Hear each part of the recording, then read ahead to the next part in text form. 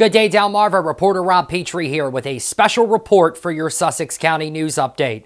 The Delaware Republican Party is demanding transparency from the Carney administration when it comes to last year's COVID-19 data in schools. This comes after we brought you news just last month that the Attorney General's office said last year's data on COVID case counts in schools was destroyed. The following response from the AG's office came after a Freedom of Information Act requesting that data was denied, saying, quote, DHSS notes that DPH contracts with an outside vendor who operates the coronavirus website known as My Healthy Community.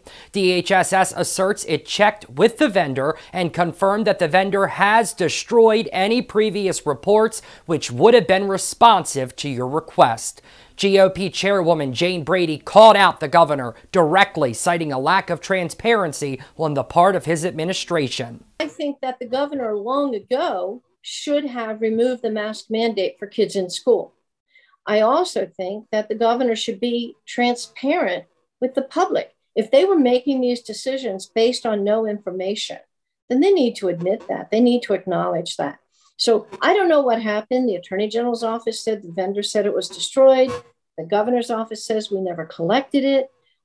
It's kind of like the CDC saying, well, we're not looking at how natural immunity and people who have had COVID and have protection against contracting it again are faring. We aren't looking at that issue. Why not? It's a political decision, not a medical one. We should be not imposing on our public decisions that are based on politics rather than science.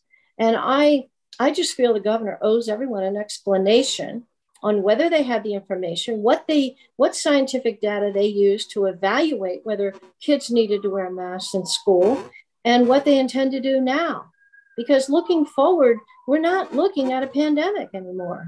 It remains unclear at this time whether the state failed to collect the information or if the information was collected and actually destroyed, as the Attorney General's office has suggested. Now, the governor's communications director, Jonathan Starkey, said that it was a mistake of wording on the part of the Attorney General's office. He then directed us to the Department of Health's website, which shows two graphs, one of which has no data from last year, and the other provides no specific numbers, just a reporting threshold of less than 11.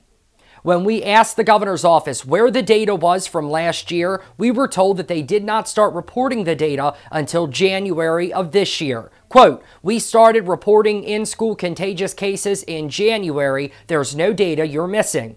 Well, then where's the data from last year? When we asked if it was not being reported prior to January of this year, we were told, quote, not in that way. At least one state lawmaker has spoken out on this issue, State Representative Rich Collins, who in an interview earlier this month called on the state to release what they have and acknowledge the lack of transparency surrounding the COVID-19 case count from last year in Delaware schools. In my view, the purpose of these state agencies should be to give us the most information they can so that we can make intelligent decisions for ourselves, rather than them spoon-feeding to us exactly what they want or don't want us to see and telling us what we have to do.